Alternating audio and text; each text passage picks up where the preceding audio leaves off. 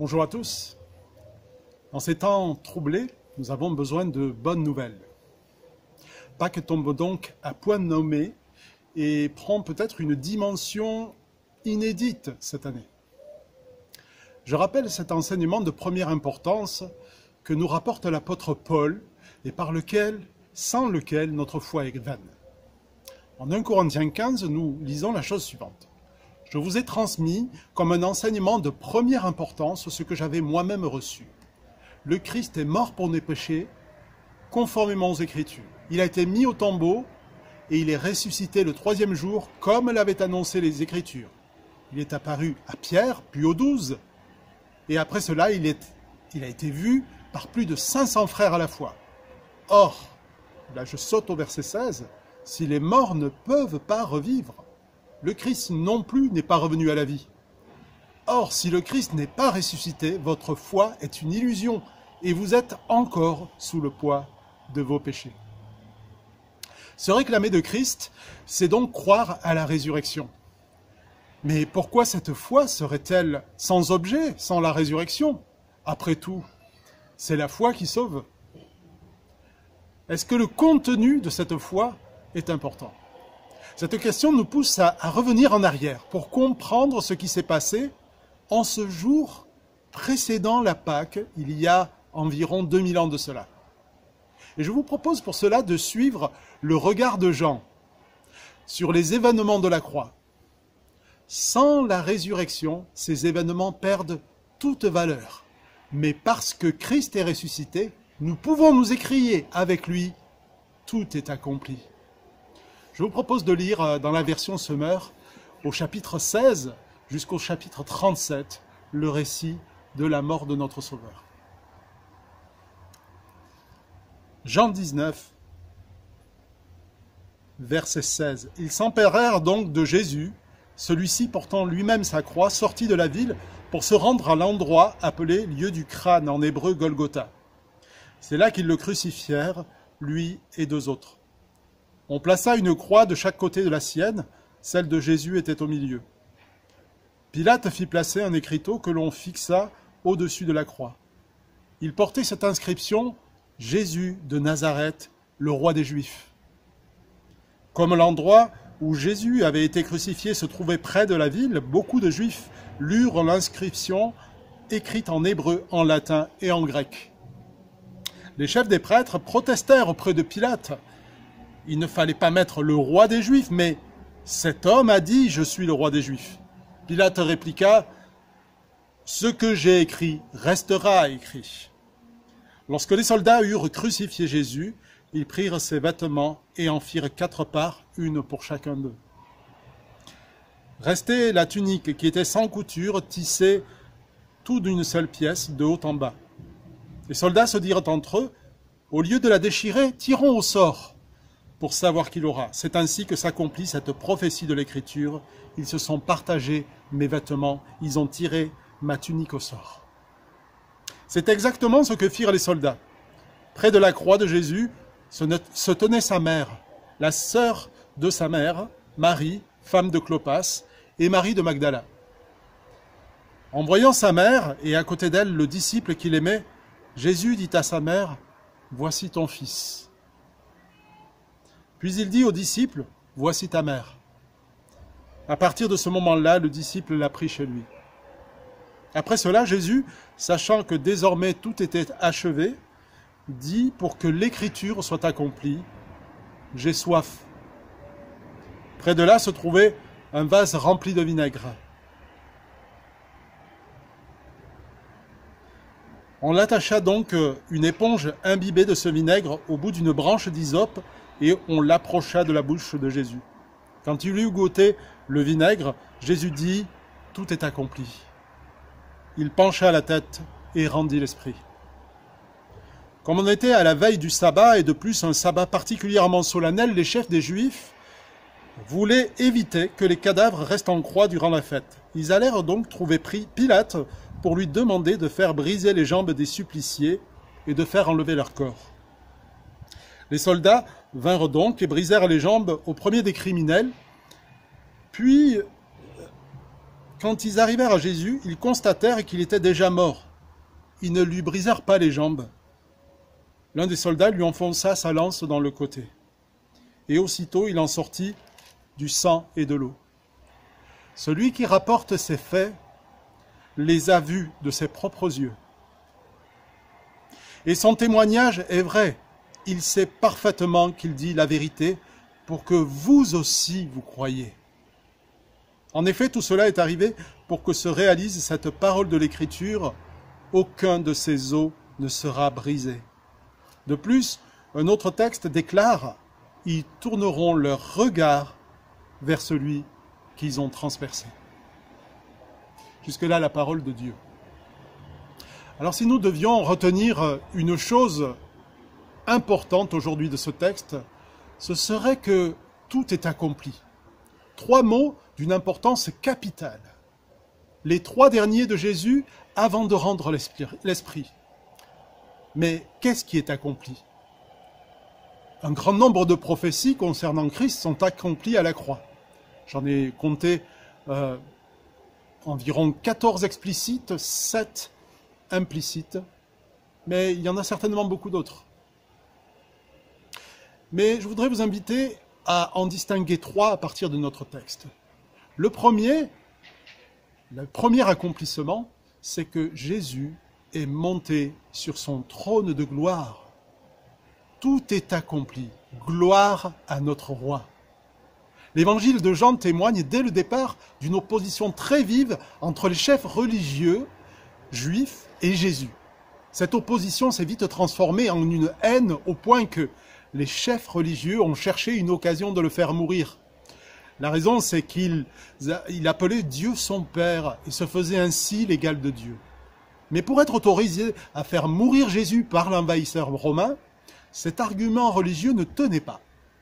C'est donc sur le motif qu'il se faisait passer pour le roi des Juifs qu'ils le présentèrent à Pilate, le gouverneur romain. Mais il ne trouva aucun motif de le condamner. Mais ils protestèrent. Pilate était extrêmement irrité, et on peut se mettre à sa place, par les religieux juifs qui s'opposaient à sa sentence. C'est pourquoi il les provoqua une deuxième fois en disant « Voici votre roi ». On peut imaginer la colère montée dans cette foule, particulièrement auprès des responsables religieux, face à ces provocations en chaîne. Mais face aux pressions de la foule, Pilate préféra s'en laver les mains et le leur livra, non sans une dernière provocation. Au verset 19, nous lisons « Pilate fit placer un écriteau, Jésus de Nazareth, roi des Juifs ». Cette dernière provocation, les responsables religieux ne manquent pas de la relever. Il ne fallait pas mettre le roi des Juifs, mais cet homme a dit « Je suis le roi des Juifs ». Et Pilate répliqua « Ce que j'ai écrit est écrit ». Pilate est décidément résolu à humilier les Juifs et pousse l'ironie jusqu'à inscrire cette accusation fallacieuse au-dessus de la croix dans les 3 langues de l'époque. L'hébreu, langue locale, le latin, langue de l'armée romaine, et le grec, langue commerciale internationale de l'époque. Ce que j'ai écrit restera écrit. Comme pour dire, cet homme est le roi des Juifs, voici ce qu'on a fait de votre roi. Alors cette anecdote n'aurait aucune importance en soi, mais si Jean choisit de nous la rapporter, c'est pour au moins 2 raisons importantes.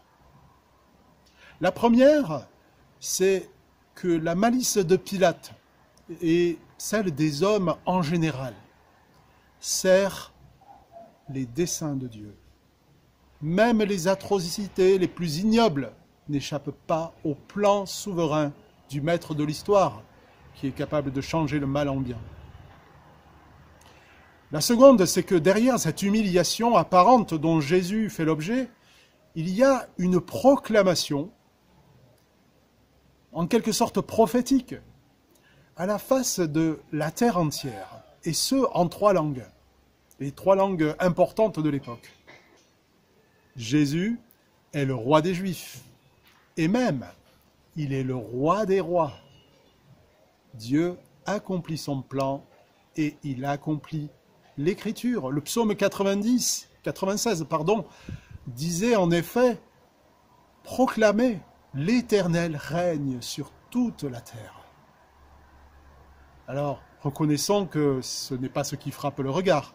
La scène est pathétique. À vue humaine, ce n'est pas un roi, mais c'est un homme humilié, voué à une mort certaine que nous voyons là. Mais nous ne devons pas en rester aux apparences. C'est bien un roi sur son trône que nous avons ici. C'est bien un roi qui se présente devant Pilate. C'est bien un roi qui se fait gifler par les gardes revêtu de sa tunique. C'est bien un roi dont la puissance est volontairement humiliée sous les épines d'une couronne.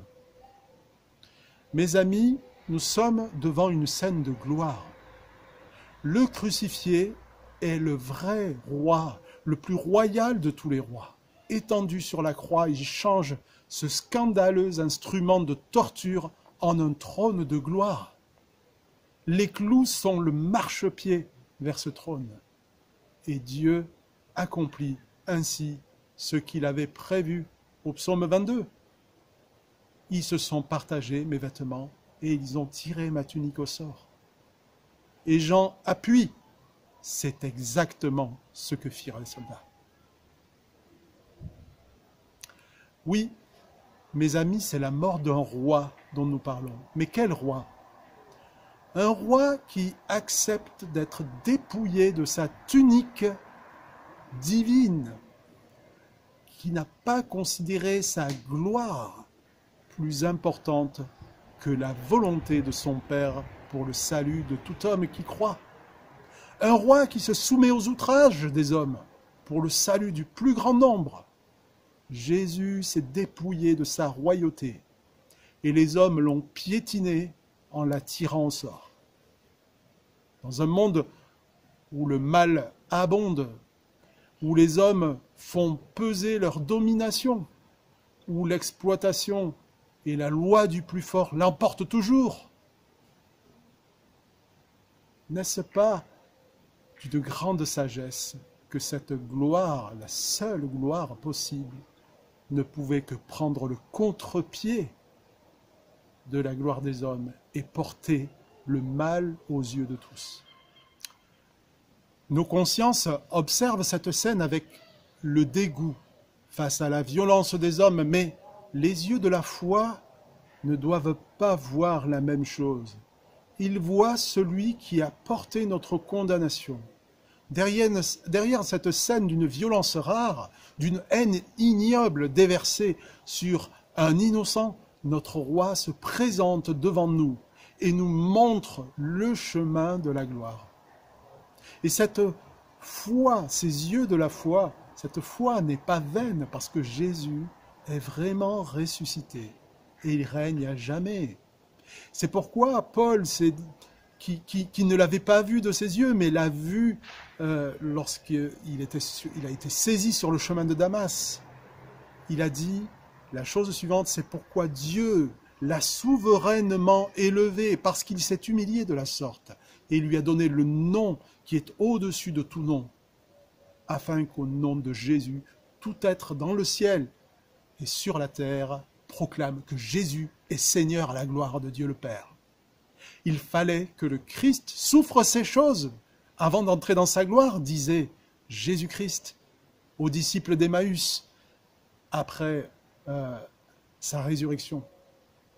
Seuls les yeux de la foi peuvent voir cela aux profondeurs du mystère de la sagesse de Dieu. Alors une question et peut-être un défi, quel roi suivons-nous? Est-il le roi du succès et de mes prospérités? Est-il le roi tant qu'il comble mes besoins ou s'il comble mes besoins? Ou est-il au contraire le roi que je veux suivre en toutes circonstances? À plus forte raison lorsque cela devient difficile de croire, de témoigner. Disons-le tout de suite, il n'est pas toujours facile de suivre un roi dont la gloire n'est pas de ce monde. Seule la foi permettra de le suivre. Nous traversons une époque troublée et à l'heure où je tape ces lignes, les médias tapent encore sur les évangéliques et les questions religieuses semblent être devenues une question de santé publique. Mais vais-je me fier aux apparences d'une défaite? Vais-je me fier à l'ironie de ceux qui regardent notre foi avec dédain ou vais-je me fier au Dieu qui conduit l'histoire en veillant sur sa parole afin qu'elle s'accomplisse? Notre défi, c'est de prendre à bras le corps notre foi comme un bouclier, fier de marcher à la suite de ce roi car il en est digne et parce que le témoignage de notre texte nous rappelle que derrière les humiliations surgit toujours la gloire de Dieu. Le défi, c'est de refuser les gloires de ce monde pour accepter celles du roi des rois, Seigneur des seigneurs. Tout est accompli. Notre roi est ressuscité et il règne sur toute la terre. Et il est le roi dont j'ai besoin.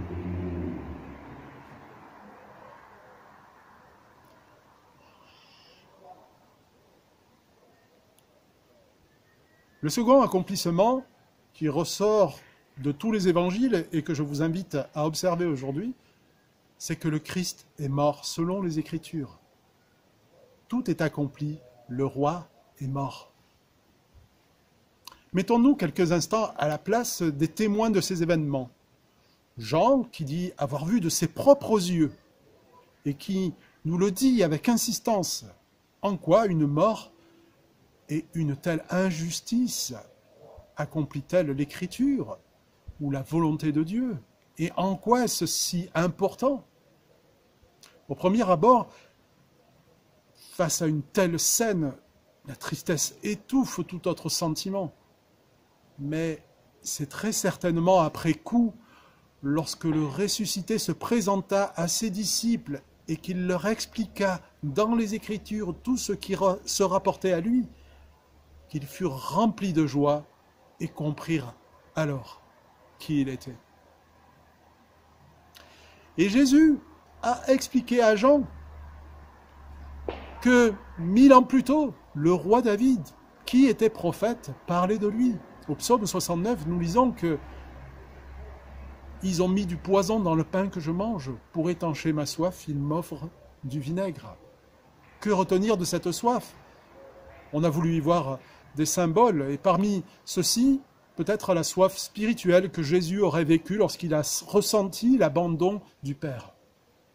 D'ailleurs, les évangélistes Matthieu et Marc mentionnent en effet cette proximité entre la soif et cette parole de Jésus, « Mon Dieu, pourquoi m'as-tu abandonné ?» Mais à vrai dire, il ne semble pas que ce soit vraiment l'objectif de Jean ici. Ce « j'ai soif » signifie peut-être tout simplement que dans son humanité, Jésus a vécu toute la souffrance qu'un homme peut endurer dans ce supplice atroce. Mais de notre point de vue, celui de sa nature divine, il a bu jusqu'à la lie cette coupe de la colère de Dieu qu'il rejetait dans le jardin de Gethsémani. Il l'a bu jusqu'à la cruauté, jusqu'à la mesquinerie suprême de recevoir en échange de son amour infini le mépris d'une éponge imbibée de vinaigre. Alors, le verset 30 nous dit que Jésus dit « Tout est accompli ». Il pencha la tête et rendit l'esprit. Ce que nous dit notre texte, c'est que Jésus n'a pas simplement subi les événements, mais c'est en pleine connaissance de cause qu'il a accepté de s'y soumettre.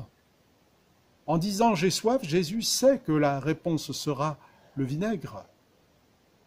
Cette connaissance des faits à l'avance rend l'obéissance plus remarquable encore. C'est une chose que de savoir qu'on prend des risques dans sa vie ou que l'on risque de mourir parce qu'on est une personne à risque.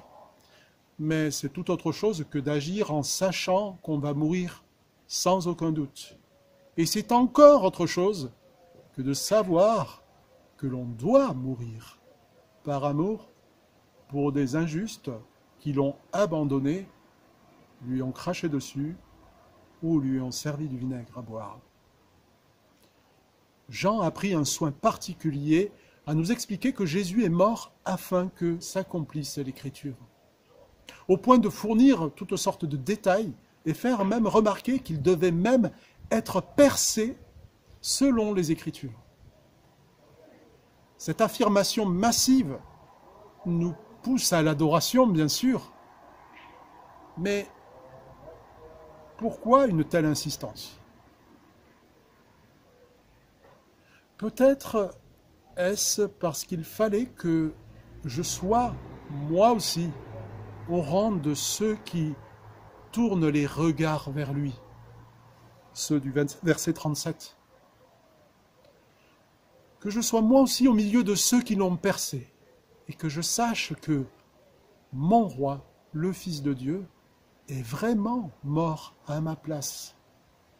Parce que pour bien saisir la puissance de la résurrection qui s'en suivra, il faut aussi que nous regardions sa mort bien en face, cette mort ignoble qu'il a subie à notre place. À cette mort, les autres évangélistes se font l'écho d'un grand silence qui se fit. Un silence comparable à celui que je constate tous les jours, sauf peut-être en cet instant, mais que je constate tous les jours dans ma rue, dans cette période de confinement inédite. Alors que nous sommes contraints au repos de nos agitations quotidiennes, si nous saisissions cette occasion dans cette vie au ralenti, pour méditer sur ce « tout est accompli ». Et si ce silence nous rappelait que Christ est vraiment mort pour nos péchés, les vôtres, les miens. Lui, le roi des rois, a pris ma place sur cette croix. Et à l'énoncé de ma condamnation, celui qui se fait mon avocat a enlevé sa robe d'avocat et a pris ma place sur l'échafaud. En lisant ce texte, je le regarde et je me dis, vais-je lui donner du vinaigre en retour? Non, bien sûr. Mon roi est mort. Et parce qu'il est mort, je peux me réjouir, car tout est accompli pour que je saisisse la vie. Il a tenu sa promesse, et moi, tiendrai-je la mienne? Je vous propose de voir un troisième accomplissement. Et pour mieux le voir, il va nous falloir prendre un petit peu de recul sur le récit de Jean. Dans cette troisième partie, je voudrais que nous puissions comprendre que tout est vraiment accompli. Et le roi m'offre sa vie. Jean, comme je l'ai dit tout à l'heure, a pris un soin particulier à mentionner que ces événements arrivèrent la veille de la fête pascale. Nous pouvons le voir au verset 14 de notre chapitre 19. La pratique romaine de la crucifixion consistait à laisser les condamnés sur la croix jusqu'à leur mort. Mais à la fin de notre texte, nous lisons que le caractère solennel de cette Pâque particulière poussa les chefs religieux à demander que l'on casse les jambes des suppliciés avant la Pâque. Une sorte de moyen rapide d'abréger l'agonie en provoquant l'asphyxie. Les soldats commencèrent par les deux criminels, mais arrivés à Jésus, ils ne le firent pas, voyant qu'il était déjà mort. Au lieu de lui briser les jambes, un soldat enfonça sa lance dans son côté, d'où il sortit du sang et de l'eau. Alors c'est un phénomène observé en particulier lorsqu'un corps a été mutilé. Le sang se sépare entre hémoglobine et C'est un phénomène observé lorsqu'un corps a été mutilé. Le sang se sépare entre l'hémoglobine et un sérum clair. Jésus est réellement mort. C'est un mort que l'on descend de la croix avec tous les détails sordides, mais comme souvent chez Jean, les détails jouent à plusieurs niveaux. Si nous reprenions le livre de l'Exode, nous verrons que Jésus accomplit toutes les typologies de l'Ancien Testament. L'Ancien Testament présentait une ombre des choses à venir. Lorsque Dieu libéra les esclaves hébreux d'Égypte, ceci devait se faire à la hâte. Dieu frappait l'Égypte de 10 plaies, et à la 10e plaie, Dieu devait frapper les Égyptiens d'un fléau terrible. L'ange exterminateur frapperait toutes les familles égyptiennes qui devraient le payer au prix de leur premier-né. Mais pour être épargnés, les Israélites devaient prendre un agneau sans défaut et l'immoler. Ensuite, ils devaient tremper une branche d'hysope dans le sang de l'agneau pour en badigeonner les montants et le linteau de la porte de leur domicile. Ainsi, l'ange exterminateur passerait son chemin, littéralement en hébreu, c'est Passar, qui a donné la Pâque. Et ce terme hébreu a le sens de passer par-dessus, et par extension le sens d'épargner. Lorsque Dieu institua cette fête de la Pâque comme un souvenir de génération en génération, les pains devaient être sans levain, pour rappeler la hâte avec laquelle les Hébreux durent partir. L'agneau devait être consommé sans qu'aucun de ses os ne soit brisé. Et plus tard, prenant le chemin de l'Exode, les Israélites eurent soif. Ils s'irritèrent contre Moïse, et Dieu demanda à Moïse de frapper le rocher d'où il sortit de l'eau. Alors pourquoi tous ces rappels ? Si Jean insiste autant sur la Pâque, y compris lors du dernier repas de notre Seigneur avec ses disciples, c'est pour nous convaincre d'une chose qu'avait révélé Jean-Baptiste au début de notre évangile. Il s'était écrié « Voici l'agneau de Dieu qui ôte le péché du monde ». Si les pains sont sans levain, c'est pour que nous puissions reconnaître, à nous qui sommes arrivés au temps de la fin, l'agneau de Dieu qui a été éliminé à la hâte. Si les montants et le linteau de la maison de chaque Israélite devaient être badigeonnés du sang de l'agneau avec une branche d'hysope, c'est pour que nous reconnaissions, nous, que l'agneau de Dieu, dont le sang a coulé jusque sur la branche d'hysope, qui lui donnait à boire du vinaigre, était vraiment. Si les montants et le linteau de la maison de chaque Israélite devaient être badigeonnés du sang de l'agneau avec une branche d'hysope, c'est pour que nous reconnaissions l'agneau de Dieu dont le sang a coulé sur la branche d'hysope qui lui donnait à boire du vinaigre. Si l'agneau pascal ne devait avoir aucun de ses os brisés, c'est pour que nous comprenions que Jésus est l'agneau de Dieu qui ôte vraiment le péché du monde. Son sang nous sauve de tous les fléaux qui frapperont ce monde le jour de son avènement.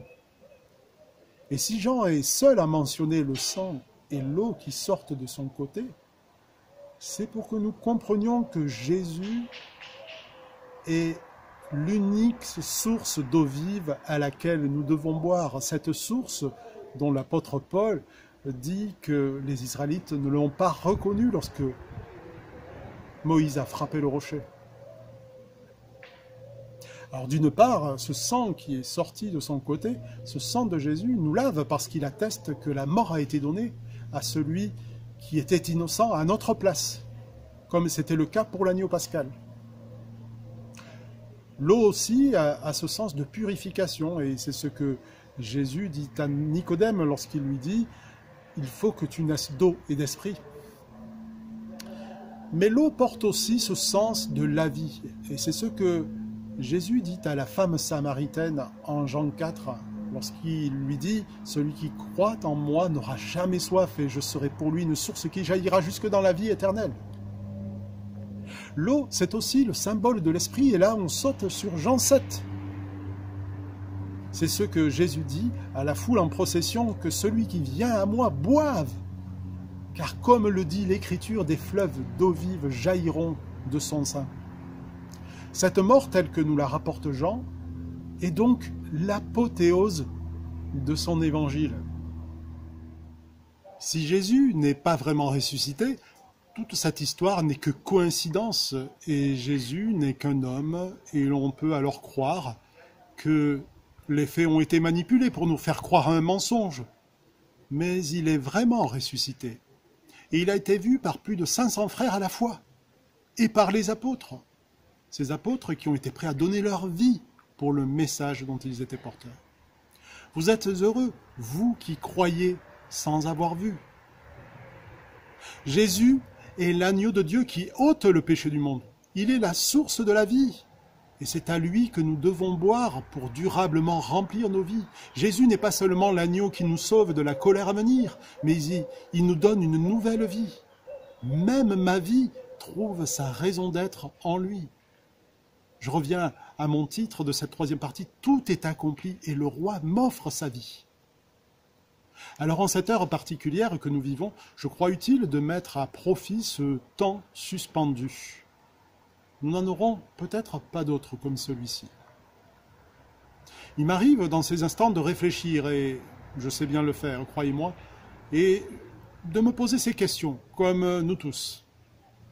Je me pose cette question, et si tout m'était enlevé du jour au lendemain, où en serait ma foi? Une autre question, est-ce que j'ai assez de foi? Encore une autre, est-ce que je suis assez consacré? Est-ce que je porte assez de fruits? Mais raisonnant ainsi, je vais vite me retrouver en face d'une réponse, et même si je faisais encore des progrès, je me retrouverai devant la même réponse. Non. La réalité, c'est que ce n'est pas ainsi que l'Évangile fonctionne. Je vous propose de terminer par cette petite histoire qui nous vient de Donald Carson, un prédicateur enseignant. Imaginez deux hommes israélites, Nathan et Simon. Ces hommes se retrouvent à la veille de la première Pâque au pays de Goshen. Et ils ont l'échange suivant. Nathan dit à Simon, ça ne t'inquiète pas trop, toi, c'est ce qui doit se produire ce soir. Et Simon répond, non, pas vraiment, Dieu nous a dit comment nous y préparer par son serviteur Moïse. Donc nul besoin de s'en faire. Tu as bien immolé l'agneau, oui. Tu as bien pris de son sang. Tu en as mis sur les deux montants et sur le linteau de la porte de ta maison. Oui. Tu as l'intention de manger le repas de la Pâque en famille. Oui. Tu es prêt pour le grand départ qui s'en suivra. Mais Nathan enchaîne. Évidemment, oui. Mais je stresse quand même. Quand je pense à tout ce qui s'est produit ces derniers temps, les moustiques, l'eau changée en sang, c'est terrible tout cela. Et à présent, cette nouvelle menace, les fils premiers-nés qui risquent d'être tués. Pour toi, ce n'est pas la fin du monde. Tu en as 3 des fils. Mais moi, je n'en ai qu'un. Et tu sais combien j'aime mon fils. Ce 10e fléau qui arrive, je sais bien ce que Dieu a dit. Et j'ai badigeonné ma porte de sang. Mais je ne peux m'empêcher de trembler, c'est plus fort que moi. Chose certaine, je me porterai bien mieux quand toute cette affaire sera derrière nous. Et Simon répond, mais moi ça ne m'inquiète pas du tout, je suis plus que prêt, et j'ai toute confiance dans les promesses de Dieu. Ce soir-là, l'Éternel traverse le pays pour frapper les premiers-nés qui se trouvent en Égypte.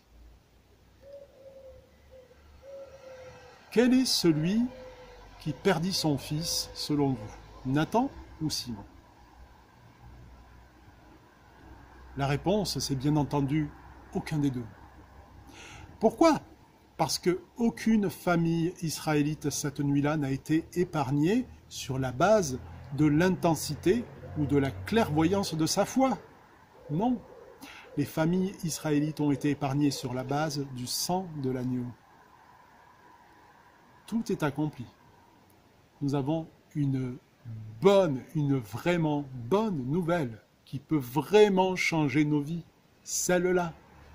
Écoutons ce que dit Jean et tournons nos regards vers celui qui a été percé pour nous, vers le ressuscité. Croyons adorons, laissons-le remplir nos vies. Et prions. Seigneur, Dieu Tout-Puissant, merci parce que tu es ce Dieu grand et redoutable qui se révèle dans l'histoire des hommes. Tu as manifesté ta justice aux yeux de tous et encore aujourd'hui, tu l'as manifesté en ton Fils bien-aimé. Merci Seigneur parce que par le sang qui a coulé sur la croix de Jésus-Christ, tu as accompli ton plan parfait. Tout est accompli. Et en mettant notre confiance en toi, nous pouvons être sûrs et recevoir cette bonne nouvelle que nous avons le salut en Jésus-Christ et par son œuvre. Merci pour la croix. Dans le nom de Jésus. Amen.